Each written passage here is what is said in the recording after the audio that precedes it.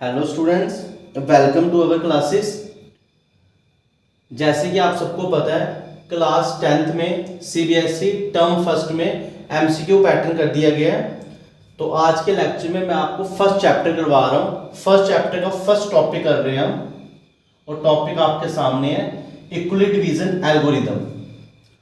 पहले आज मैं आपको इस लेक्चर में ये टॉपिक समझाऊंगा और फिर हम नेक्स्ट लेक्चर पे इसके रिलेटेड एमसीक्यू लेके आ जाएंगे। क्वेश्चंस पे फोकस नहीं करेंगे, हम सिंपल एमसीक्यू पे फोकस करेंगे ताकि आपके 40 आउट ऑफ 40 मार्क्स आ जाए। तो स्टूडेंट्स, आपको बस एक चीज करनी है, आपको मेरे साथ साथ जो मैं आपको करवा रहा हूँ वो अच्छे से प्रैक्टिस करनी है, और कोई भी डाउट है तो प्लीज मेरे को कमेंट सेक्शन में लिख के बताना है। तो टाइम वेस्ट नहीं करेंगे, सामने आ जाएंगे Euclid's division algorithm. Algorithm, Euclid division algorithm, यह आपको क्या बताता है आप जैसे कि पढ़ सकते हो। इट इज ए मेथड, ये एक मेथड है जो बस किसके काम आता है, एचसीएफ के फाइंड करने का, हाईएस्ट कॉमन फैक्टर निकालने के काम आता है। हाईएस्ट कॉमन फैक्टर किनका निकलता है स्टूडेंट्स, नंबर्स का निकलता है। कोई भी दो नंबर्स हैं जैसे 8 और 5, आप इनका एचसीएफ निकाल सकते हो। तो इनका एचसीएफ निकालने का काम आता है इक्वली डिवीजन एल्गोरिदम। और इसमें यूज क्या होता है, इक्वली डिवीजन लेमा। इसमें यूज क्या करते हैं, इक्वली डिवीजन लेमा। बेसिकली मैं आपको बता दूं, लेमा वो स्टेटमेंट होती है जो ऑलरेडी प्रूव की होती है, जो ऑलरेडी ट्रू होती है। तो अभी हम डिस्कस करेंगे इक्वली डिवीजन लेमा क्या होता है। पूरी फुली अप्रोच हमारी एमसीक्यूज के ऊपर है, तो प्लीज कोऑपरेट कीजिए। एमसीक्यू के रिलेटेड हम पूरा सब कुछ सॉल्व करेंगे, ठीक है। तो आप देख सकते हो आपके सामने एक एग्जांपल दी गई है। अगर आपको बोला जाए 8 को आपने 6 से डिवाइड करना है, तो आप देख सकते हो क्या आ जाएगा, 6 1 6, और आपके पास बैलेंस कितना बचेगा, 2। एक चीज आपको याद रखनी है, जिसको आप डिवाइड कर रहे हो, आप किसको डिवाइड कर रहे हो बच्चों, 8 को डिवाइड कर रहे हो। 8 आपका डिविडेंड है, जिसको डिवाइड कर रहे हैं उसको हम क्या बोलते हैं, डिविडेंड, ठीक है। और जो 8 को डिवाइड कर रहा है वो कौन डिवाइड कर रहा है, 6, उसको डिवाइजर बोलते हैं, ठीक है। और 6 को आप जिससे मल्टीप्लाई कर रहे हो इसको क्वोशंट बोलते हैं। क्या बोलते हैं इसको, क्वोशंट। और जो आपका बैलेंस आ जाता है बच्चों उसको रिमाइंडर बोलते हैं। सबसे पहले तो आपको ये सब ये पता होना चाहिए कि डिविडेंड कौन है, डिवाइजर कौन है, क्वोशंट कौन है और रिमाइंडर कौन है। जो डिवाइड कर रहा है, कौन कर रहा है, 6, तो ये डिवाइजर, जिसको डिवाइड कर रहा है वो डिविडेंड, और जो ऊपर मल्टीपल आया वो क्वोशंट, और जो बैलेंस बच गया वो रिमाइंडर। अब स्टूडेंट्स, आपको ये तो पता है कि आप 8 को क्या कैसे लिख सकते हो, 6 × 1 + 2, ठीक है। तो अगर आप इनके नंबर, इनकी वैल्यूज लिख दी जाए कि 8 को हम क्या बोलते हैं, तो बच्चों 8 को हम क्या बोलते हैं, डिविडेंड। 8 क्या है हमारा, डिविडेंड। 6 क्या है आपका, डिवाइजर। और 1 क्या है आपका, क्वोशंट। और लास्ट में +2 क्या है, रिमाइंडर। तो ये जो स्टेटमेंट है बच्चों, इसी को ही क्या बोलते हैं, Euclid division lemma. Dividend is equal to divisor into quotient plus. अब मैं आपको, जैसे कि आपके पास 8 / 6 है, तो बच्चों मैं 8 को a मान लूंगा, कोई भी एक नंबर, 8 को a मान लिया और 6 को b मान लूंगा। तो आप जब इसका जनरल करोगे तो ये कुछ ऐसा दिखेगा, a और डिवाइड किससे करना है, b से। सपोज b को आपने q से मल्टीप्लाई कर दिया, तो इधर कितना आ जाएगा, bq। और सपोज इन दोनों का बैलेंस आपका r आया, इन दोनों का बैलेंस आपका क्या आया, r। तो बच्चों जब इन दोनों का बैलेंस हमारा r आया, जब इन दोनों का बैलेंस हमारा क्या आया, r आया, तो हम इसको इस स्टेटमेंट के हिसाब से कैसे लिख सकते हैं। अब इसमें डिविडेंड कौन है, a, तो हम लिख सकते हैं a = b × q, b × q + r। तो आप अपनी एनसीईआरटी बुक में देखोगे उधर स्टेटमेंट ऐसे दी है, a = bq + r। I hope आपको अच्छे से समझ आया होगा, ठीक है। अब मैं थोड़ा सा डिटेल में आपको और समझाता हूं। कभी कभी ऐसा भी हो जाता है कि अगर आप 8 को उसी के फैक्टर से डिवाइड करते हो, तो आप देखते हो कि आपका रिमाइंडर क्या आ जाता है 0। तो आप देख सकते हो ये रिमाइंडर 0 भी आ सकता है और ये रिमाइंडर 0 से बड़ा भी आ सकता है। इसलिए मैं इधर लिखूंगा जो ये रिमाइंडर है ये 0 से बड़ा भी हो सकता है और 0 भी हो सकता है। आई होप आपको समझ आया होगा। इस एग्जांपल में रिमाइंडर 0 से बड़ा 2 है, इसमें 0 है तो 0 या 0 से बड़ा। मगर कभी भी जो ये रिमाइंडर है ये इस डिवाइजर से, ठीक है, जो ये b है डिवाइजर, इससे कभी भी ज्यादा नहीं हो सकता, इससे कम ही होगा। तो इसलिए हम लिखते हैं जो रिमाइंडर है वो 0 हो सकता है, 0 से बड़ा, मगर b से क्या होगा, छोटा। तो इस चीज को बोलते हैं इक्विलिट डिवीजन लेम्मा। इसका यूज करके आपको इक्विलिट डिवीजन एल्गोरिथम अप्लाई करना है। इक्विलिट डिवीजन एल्गोरिथम का मीनिंग होता है वो फार्मूला जिसमें स्टेप्स लगते हैं।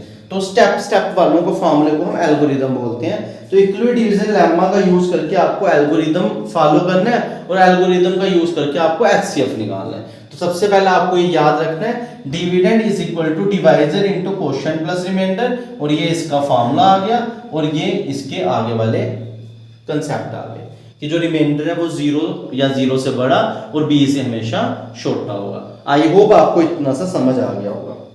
अब मैं आपको क्वेश्चंस करवाऊंगा इक्विलिट डिवीजन जो ये एल्गोरिथम है इसका यूज करके आपको एचसीएफ कैसे निकालना है। तो देखते रहिए। अब चलते हैं हम सीधे क्वेश्चंस पे। जैसे कि आपके पास क्वेश्चन है और आपको बोला जाता है फाइंड एचसीएफ ऑफ 3 एंड 5। तो आपको तो सामने दिख रहा है, क्या करेंगे, 3 के फैक्टर निकालेंगे, 5 के फैक्टर निकालेंगे और जो हाईएस्ट कॉमन फैक्टर है वो 1 है। तो इसका एचसीएफ क्या आ जाएगा 1। तो ये छोटे छोटे नंबर तो आप कर लोगे, मगर जब नंबर बड़े आते हैं, थोड़े से बड़े हो जाते हैं, ऐसे आ गया आपका find HCF of suppose 34 and 128, तो फिर प्रॉब्लम आएगी। फिर आप कितने फैक्टर निकालोगे, फिर आपको प्रॉब्लम आएगी। तो आपको एचसीएफ निकालना है इन दोनों का। तो इक्विलिट डिवीजन एल्गोरिथम का यूज करेंगे, इक्विलिट डिवीजन एल्गोरिथम का यूज करेंगे। और बच्चों हम पहले इन दोनों नंबर्स में देखेंगे कि ग्रेटर नंबर कौन सा। तो आप देख सकते हो 128 बड़ा है, तो 128 को अंदर रखेंगे, 34 को बाहर रखेंगे। और अब हम इसको क्या करेंगे, डिवाइड करेंगे। 128 को किससे डिवाइड करेंगे, 34 से।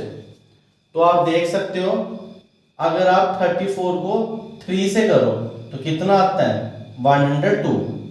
और जैसे आप 34 को 4 से करते हो तो कितना आता है, 136। तो हम 34 को 3 से करेंगे तो कितना आ जाएगा आपका, 102। तो इधर से आया 6, इधर से आया 26। ठीक है, तो ऐसे आपको करना है। और अब आप इसको लिख सकते हो इक्विलिट डिवीजन लेम्मा क्या बोलता है कि जो डिविडेंड है 128 उसको लिख सकते हो 34 इंटू 3 प्लस 26। और ये आपका क्या है, रिमाइंडर। बच्चों ये हमारा क्या है, रिमाइंडर। और आपने देखना है रिमाइंडर 0 नहीं आया। आपने ये स्टेप तब तक फॉलो करते रहना है एल्गोरिथम जब तक रिमाइंडर 0 नहीं आ जाता। तो अभी रिमाइंडर 0 नहीं आया है, तो मैं आपको अभी शॉर्टकट बता रहा हूँ क्योंकि आपको पता है हम एमसीक्यू कर रहे हैं। अब आपने देखना है कि जो आपका रिमाइंडर है वो आपका 0 नहीं है। जब रिमाइंडर 0 नहीं है तो बच्चों इसके आगे आपको एक और ऐसे कॉलम ड्रा करनी है और जो ये डिवाइजर है इसको आपने इसके अंदर डाल देना है। तो डिवाइजर डाल दिया 34। ठीक है, आई होप आप समझे होंगे। अगर रिमाइंडर 0 नहीं आया तो डिवाइजर को उठा के आप डिविडेंड बना देना। तो 26 1 जा 26। जैसे ही आप कैंसिल करोगे तो बच्चों ये 8 आ जाएगा। और आप देख सकते हो जो 8 रिमाइंडर है ये भी अभी आपका 0 नहीं है। और जैसे ही रिमाइंडर 0 नहीं है तो जो इसका डिवाइजर है, कौन है इसका डिवाइजर, 26, अब उसको डिविडेंड बना देना है। 26 को क्या बना देना है, डिविडेंड। आई होप आपको समझ आ रहा होगा।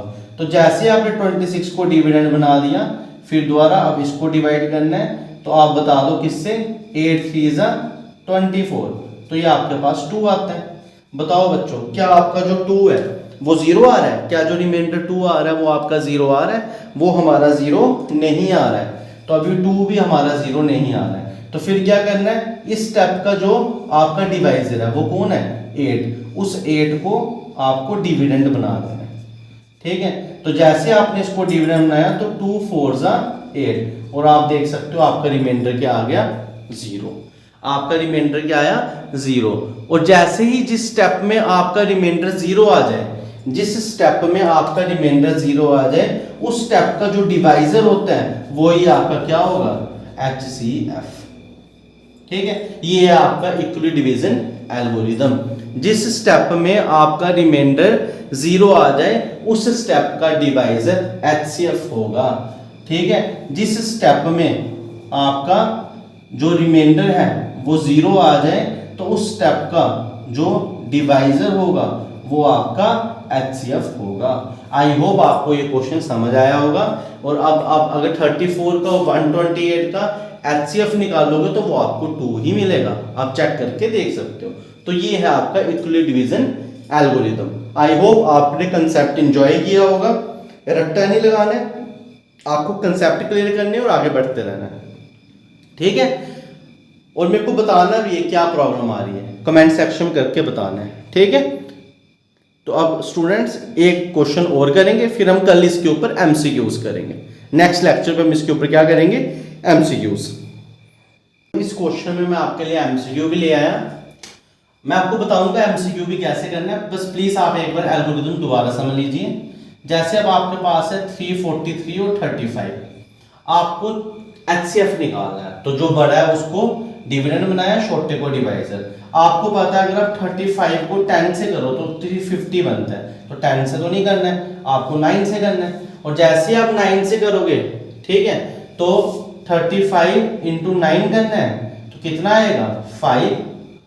ठीक, और 4 इधर आ जाएगा 27 और 4 31। ठीक है, तो कितना आएगा 315। जैसे आपने 343 में से 315 क्या कर दिए माइनस कर दिए, तो बताओ बच्चों कितना आएगा, शाबाश बताओ। 13 में से आपने 5 माइनस किए तो 8 होते हैं। ठीक है, और 2 में से 3 में से 1 माइनस किए तो 2 होते हैं, तो 28 आ जाएगा। अब आपने बच्चों क्या देखना है, आपने देखना है ये जो रिमाइंडर आया क्या 0 आया, 0 नहीं आया। तो मैंने आपको क्या बोला था, आपको क्या करना है, आपको इस क्वेश्चन में जो आपका डिवाइजर है उसको आपको डिविडेंड बना देना है 35, तब तक जब तक रिमाइंडर 0 नहीं आ जाए। अब 28 1 जा 28 होते हैं। ठीक है, 35 में से 28 जा रहे हैं तो कितने बच रहे हैं, 5 इसके 2 इसके 7 बच रहे हैं। क्या रिमाइंडर अभी 0 आया, नहीं, रिमाइंडर अभी भी 0 नहीं आया। तो आपने क्या करना है, जो डिवाइजर है इसको उठा के डिविडेंड बना देना है। ठीक है, जैसे आपने डिविडेंड बनाया तो ये कितना आ गया 28 और 7 4 जा 28, रिमाइंडर 0 आ गया। और जैसे ही 28 पे 0 आया तो आपने क्या करना है, जिस स्टेप पे 0 आ जाए उस स्टेप का डिवाइजर ही आपका क्या होता है HCF। तो इसका ए ऑप्शन है, इस क्वेश्चन का ए ऑप्शन है। तो ऐसे ऐसे MCQ नेक्स्ट लेक्चर में भी मिलेंगे। ठीक है, तो अब बच्चों मैं आपको एक ट्रिक भी बताता हूँ क्वेश्चन में कैसे करना है। अगर सपोज पेपर में आपको एक क्वेश्चन आता है कि इन दोनों का HCF निकालो, तो बच्चों HCF क्या है, कॉमन फैक्टर। HCF क्या है, कॉमन फैक्टर। कॉमन फैक्टर का मीनिंग क्या है, जो दोनों को डिवाइड करेगा। तो आपने देखना है क्या 1 दोनों को डिवाइड करता है, बिल्कुल करता है, 1 तो सबको डिवाइड करता है, तो ये हो सकता है। क्या 5 डिवाइड करता है, इसको करेगा इसको नहीं करेगा, तो 5 तो नहीं होगा। ठीक है, क्या 7 डिवाइड करता है, इसको तो करेगा, इसको आपने चेक कर देना है। तो 7 कितने जा उड़ेगा, बताओ शाबाश, 7 कितने जा उड़ेगा, देखो 7 7 जा कितने होते हैं 49, 49 इंटू 7 करो 3 6 28 और 6 34, तो ये 7 से भी कट जाएगा और ये भी 7 से कट जाएगा। अब ये दोनों से कट रहा है, अब 1 से भी कट रहा है दोनों, 7 से भी कट रहा है, हाईएस्ट कौन सा है 7, इसलिए इसका आंसर 7 आया। तो अगर आपको पेपर में MCQ करने हैं तो आप ऐसे भी कर सकते हो, आपको इक्वल डिवीजन एल्गोरिथम लगाने की जरूरत नहीं है। आप नंबर्स देख लो जो ऑप्शन में दिए हैं, उनमें से जो सबसे बड़ा नंबर है जो दोनों को डिवाइड कर रहा है वही आपका करेक्ट आंसर है। ठीक है बच्चों, आई होप आपको अच्छे से समझ आया होगा। तो प्लीज अगर आपको समझ आया है तो अपने फ्रेंड्स को भी बताइए कि हम MCQ इस चैनल से कर रहे हैं। प्लीज हमें सपोर्ट कीजिए और हम आपको एमसीक्यू कराएंगे, बिल्कुल to the point, to the concept के साथ चलेंगे। कोई रट्टा नहीं, कोई टेंशन लेनी, आपको बस रोज का लेक्चर देखना है और साथ साथ मेहनत करनी है। एक कॉपी लगानी है, उस कॉपी पे आपको सब एमसीक्यू, सब कंसेप्ट लिखने हैं। और आई होप आप अगर ऐसा करोगे तो मेरे को पूरा यकीन है कि आपके 40 आउट ऑफ 40 मार्क्स पक्का आएंगे, डेफिनेटली आएंगे। कोई भी डाउट है तो हमारा टेलीग्राम पे एक ग्रुप बना हुआ है, उस पर हम डिस्कस करते हैं आपके डाउट, आप उस पर डाउट लिख के मेरे को भेज सकते हो। ठीक है, thank you students, have a nice day.